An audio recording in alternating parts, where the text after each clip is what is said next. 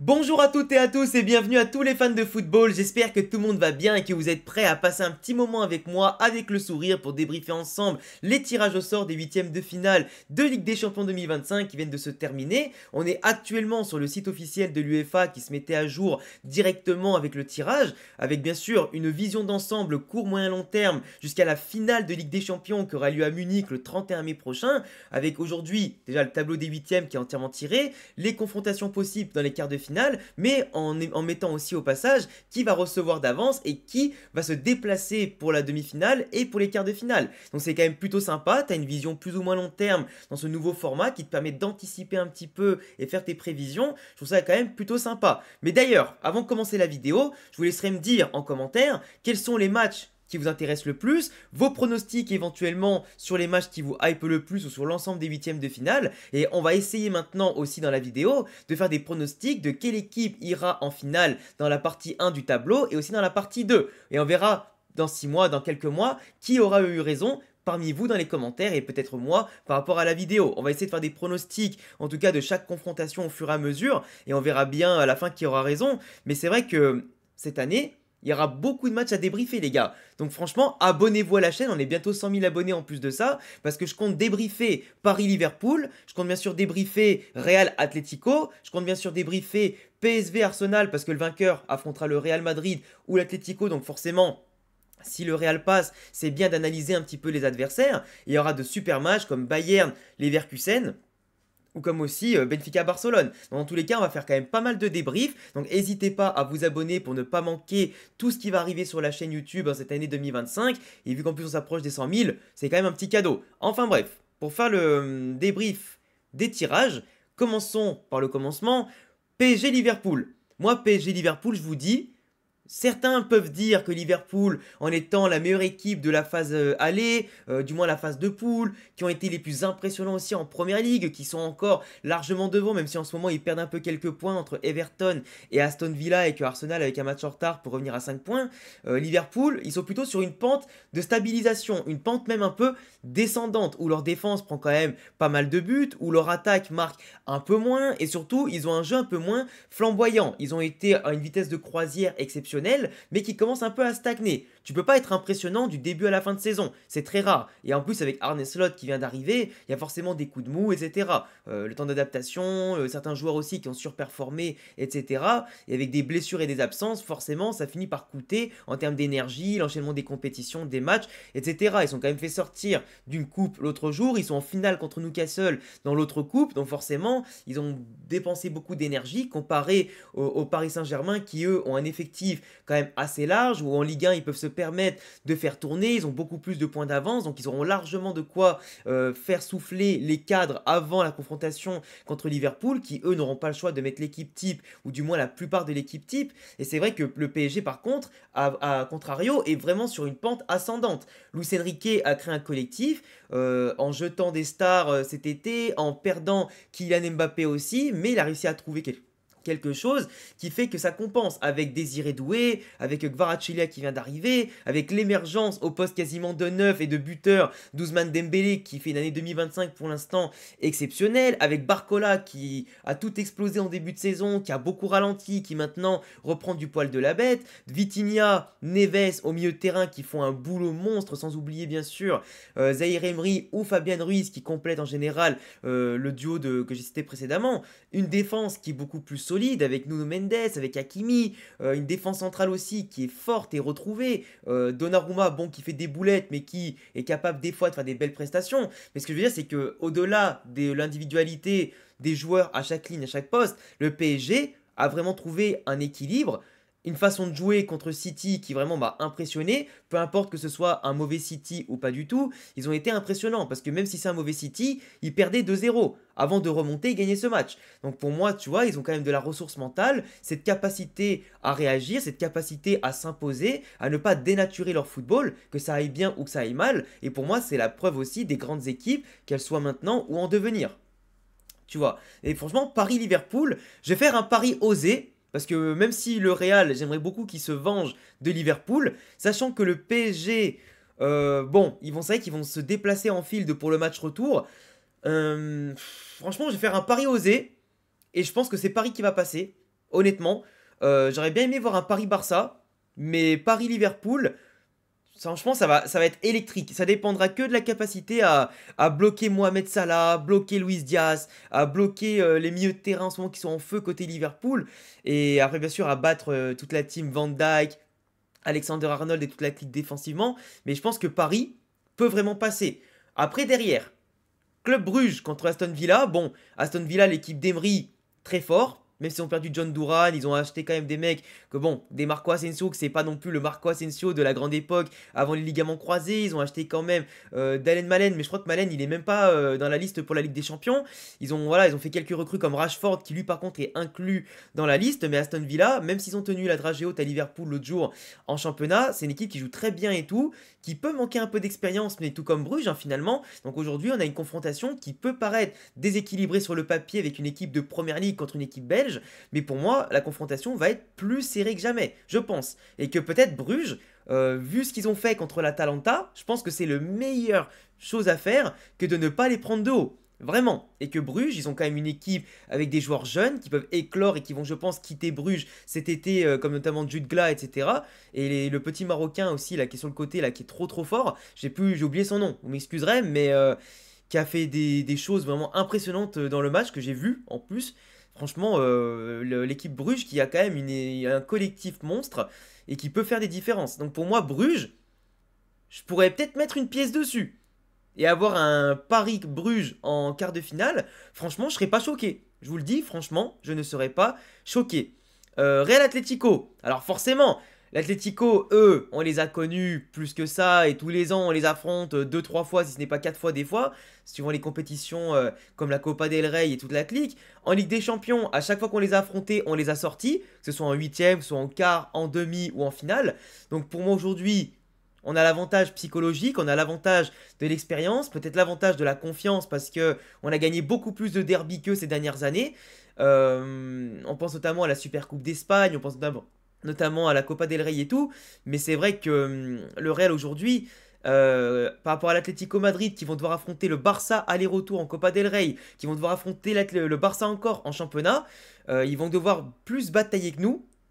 Je pense avec pareil leur équipe type, même s'ils ont des ressources, ils vont devoir en tout cas lâcher beaucoup d'énergie ces prochains matchs. Nous, il faut pas non plus qu'on sous-estime les adversaires parce qu'on va se déplacer contre le Betis, on va recevoir Gérone ce week-end, on va affronter la Sociedad en demi-finale de Copa del Rey, qui est pas une équipe qu'il faut sous-estimer avec en plus une manche à aller là-bas, mais c'est vrai que notre calendrier est quand même un poil plus abordable en ce moment que celui de l'Atlético Madrid, et avec l'avantage psychologique d'expérience, eux l'Atlético ils jouent vraiment leur saison sur le prochain mois. Le Barça peut les sortir de la Copa del Rey, nous on peut les sortir de la Ligue des Champions, et en championnat, le Barça et le Real sont devant l'Atlético, à un point seulement, mais un point ça peut être des fois énorme, surtout que l'Atlético, comme je disais, vont affronter le Barça en championnat, nous on a le Barça seulement dans les 4 dernières journées en championnat, donc franchement l'Atlético c'est l'équipe que je vois être le moins régulier jusqu'à la fin de saison, même s'ils ont toutes les compètes ou s'ils en ont plus qu'une, et franchement, mentalement, s'ils perdent toutes les compétitions, ça peut leur faire très mal. Donc aujourd'hui, le Real a l'opportunité contre le Cholismo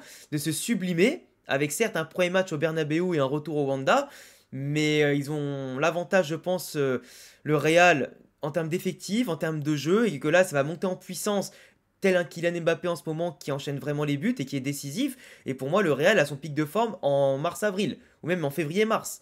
Donc aujourd'hui, je suis plutôt confiant d'affronter l'Atlético. J'aurais été un peu moins confiant contre les Leverkusen, qui a un football qui joue certes beaucoup plus haut, donc qui nous arrange plus, mais qui peut nous faire plus mal, avec plus de créativité, plus de puissance, plus de talent aussi côté Leverkusen. Atlético, c'est une équipe qui va jouer surtout bas, qui va nous emmerder dans les espaces, il y aura un jeu très serré, mais si, imaginons, au Bernabeu, le Real Madrid fait une prestation de malade et prend un plus 2 par rapport à l'Atleti, je pense que l'Atleti au match retour ils seront tellement obligés de sortir que bah, leur bloc bas il va voler en éclats. En fait tout va se jouer pour moi au Bernabeu. Parce que si tu arrives au Wanda Metropolitano et que l'Atleti est encore en vie via un match nul ou une victoire peut-être surprise au Bernabeu, là ça va être très compliqué. Mais si le Real gagne ce match, allez, je pense que le match retour sera pas forcément de la gnognotte parce qu'il ne faut pas les sous-estimer, mais ce sera quand même beaucoup plus simple. Enfin bref. Voilà, surtout qu'après le Real Madrid, on le voit, recevra au retour, donc en quart de finale éventuellement, donc que tu affrontes le PSV ou Arsenal, le Real Madrid pourrait recevoir au retour. Donc en fait, le quart de finale, tu auras aussi cet avantage psychologique, peu importe l'adversaire.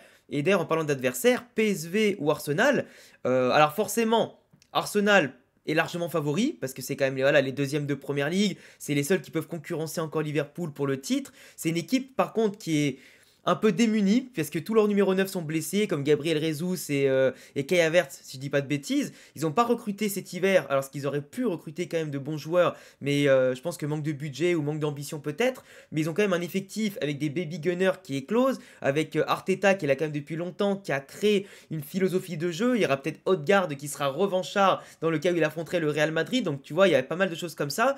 Mais c'est vrai que tu vois, contre le PSV, qui a quand même sorti la Juventus de Thiago Motta, qui avait quand même l'avantage de base des Italiens, mais qui, à l'instar du Milan ou à l'instar de l'Atalanta, se sont vautrés de plein pied et de plein pot.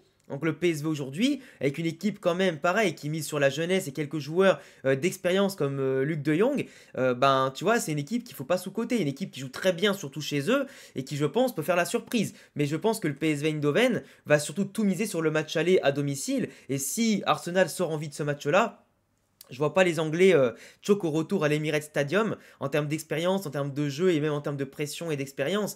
Je pense que là, le PSV doit tout miser, un peu comme ils l'ont fait contre la Juventus, sur leur match à domicile. Avec leur folie, avec leur grinta, ce qu'ils sont capables de faire, à pousser les actions jusqu'au bout, en tout cas de tout ça. Mais aujourd'hui, on a quand même quelque chose qui me... Comment dire, qui me laisse à croire quand même qu'Arsenal va passer et qu'on aura vraiment une confrontation Real-Arsenal en quart de finale. En tout cas, voilà, moi c'est ce que je vise. Voilà. Ensuite, deuxième moitié de tableau, Feyenoord-Inter Milan.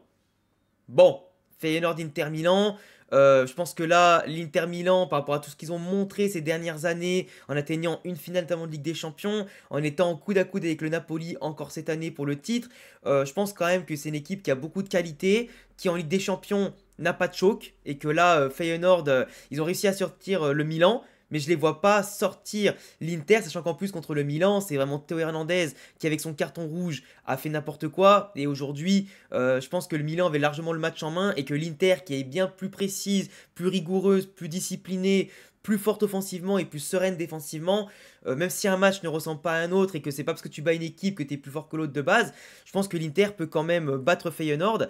Voilà, parce qu'après, bon, eux ils ont choqué l'Inter à la finale de Supercoupe contre Milan justement, en menant 2-0 je crois et en parlant 3-2 derrière. Mais là pour le coup, Feyenoord et l'Inter, la marche elle est trop grande je pense pour les Hollandais qui font quand même une bonne saison au championnat si je dis pas de bêtises.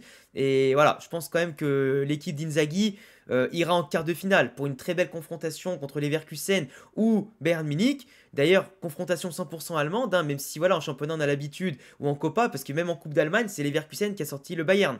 Donc les revoir en Ligue des Champions, ça fait un peu bizarre. Surtout que l'autre jour, c'est encore les Leverkusen qui a dominé le Bayern chez eux, enfin à Leverkusen, mais c'est vrai que ça méritait d'ailleurs un vainqueur du côté de Leverkusen, mais pour relancer encore plus la course au titre, qui cette fois je pense est totalement terminée côté allemand, mais c'est vrai que autant Leverkusen peut remporter la Coupe d'Allemagne, le Bayern peut remporter la Bundesliga pour le premier trophée d'Harry Kane de sa carrière et mettre fin à la malédiction. Autant là, tu vois, on est en Ligue des Champions, donc tu as quand même ce déficit d'expérience qui pourrait défavoriser les Leverkusen, mais ce déficit d'expérience peut être compensé par ce surplus de confiance contre le Bayern, qui en plus, le Bayern va recevoir à l'aller et les Leverkusen au retour. Donc tu vois, Xabi Alonso qui n'a jamais perdu en tant que coach contre le Bayern, si je dis pas de bêtises, depuis qu'il a pris sa fonction à Leverkusen, ou du moins il n'a pas perdu ses 2 dernières saisons, ça c'est sûr, bah franchement, il peut faire quelque chose. Il peut faire quelque chose par son football, par sa capacité aussi à gérer son effectif, qui peut faire des merveilles. Mais après, voilà, tout se jouera à l'expérience, surtout déjà à l'Allianz Arena, à mon sens. Mais le Bayern, attention, parce que le Bayern, ils ont très mal commencé la saison en Ligue des Champions. En championnat, bah, ils sont largement devant, mais Compagnie peut trouver une formule et des joueurs comme Moussiala, comme Kane, qui peuvent faire des fois le match de leur vie au meilleur des moments et qui peut suffire avec un seul match à te qualifier, avec une grosse presta, un gros score. Donc franchement, le Bayern, c'est une équipe que je ne sous-estimerai jamais. L'an dernier, en demi-finale contre le Real, je pensais que ça allait être un peu plus simple. Au final, on a galéré quand même, malgré la différence de niveau, la différence de confiance. Donc tu vois, le Bayern en Ligue des Champions, c'est comme le Real. C'est une équipe qui, tu peux les sous-coter, mais ils seront toujours là. Donc là, tu vois, pour moi, c'est très très compliqué, mais je vais quand même aller dans le sens de mon futur coach, Xabi Alonso. Donc Leverkusen, mais c'est vraiment du 51-49, tu vois. Dortmund-Lille. Alors Dortmund en championnat, c'est éclaté au sous-sol. Voilà, ils sont même pas dans les 10 premiers si je dis pas de bêtises. Lille, ils sont dans le haut du panier en Ligue 1. Après Ligue 1, Bundesliga, ça c'est toujours le débat un peu qui est pas le plus intéressant du monde. Mais c'est vrai qu'aujourd'hui, Dortmund a plus d'expérience que Lille en Ligue des Champions, qui n'a jamais passé les huitièmes de finale, contrairement à Dortmund, qui était quand même arrivé en finale l'an dernier. Une équipe qui a quand même montré de belles choses contre le Sporting Portugal, notamment au match aller. Qui avait montré de belles choses contre le Barça et contre le Real avant de perdre. Et pour moi, Dortmund en Ligue des Champions, c'est pas la même équipe qu'en championnat. Lille, très très fort, ils ont quand même battu le Real, battu l'Atlético, mais je sais pas, franchement, Jonathan David peut faire des merveilles, mais est-ce que Lille, entre le championnat, la Ligue des Champions, etc., peut continuer la cadence, peut tenir cette cadence-là avec son effectif? Ça dépendra simplement de s'ils sont capables de résister à la pression du mur jaune de Dortmund, déjà, et après ils reçoivent au retour. Donc franchement, si tu arrives à Lille en étant en vie, tout est possible. Et c'est clair qu'avoir une équipe française en quart de finale pour l'indice UEFA, ce serait quand même quelque chose d'incroyable. Mais je vais quand même pencher plutôt dans la balance pour l'expérience de Dortmund, hein, avec quand même Guirassy qui va pas leur faire de cadeau, Gittens aussi, et voilà les joueurs de Dortmund que j'apprécie énormément dans leur jeu de vitesse, le jeu de possession, de transition rapide. Pour moi, je pense que Lille, la marche, pas qu'elle est trop haute, mais je pense qu'à l'instar du PSG l'an dernier, je pense que Lille n'a pas les armes pour battre ce Dortmund qui sait se sublimer en Ligue des Champions. Voilà. Benfica-Barça, alors autant Benfica contre Monaco, c'était quand même chaud, pas mal de polémiques entre le carton rouge reçu par Monaco à l'aller, des pénaltys, etc. Benfica, c'est une équipe qui joue très bien au football, qui en plus, bon, reçoit à l'aller contre Barcelone. Autant, on l'a vu, ils étaient capables de bien faire mal au Barça avec le 5-4 très polémique qu'il y a eu la dernière fois. Encore un match, je pense, qui va être folklorique à bien des niveaux.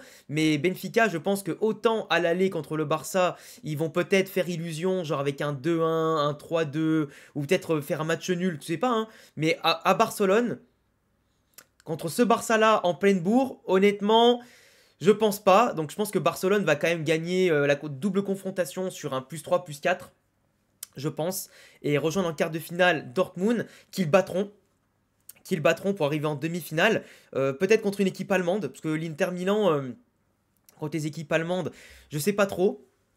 Je sais pas trop, ils sont un peu irréguliers quand même à ce niveau-là, l'Inter Milan. Mais je pense que le Barça ira en finale, quoi qu'il arrive, de ce côté-là, avec une jeunesse folle, avec quand même des joueurs d'expérience qui sont très bons, des joueurs qui surperforment, avec Hansi Flick qui a une rigueur incroyable. Donc je pense qu'il y aura plutôt un Bayern, ou enfin Leverkusen, Barcelone en demi, Barça en finale.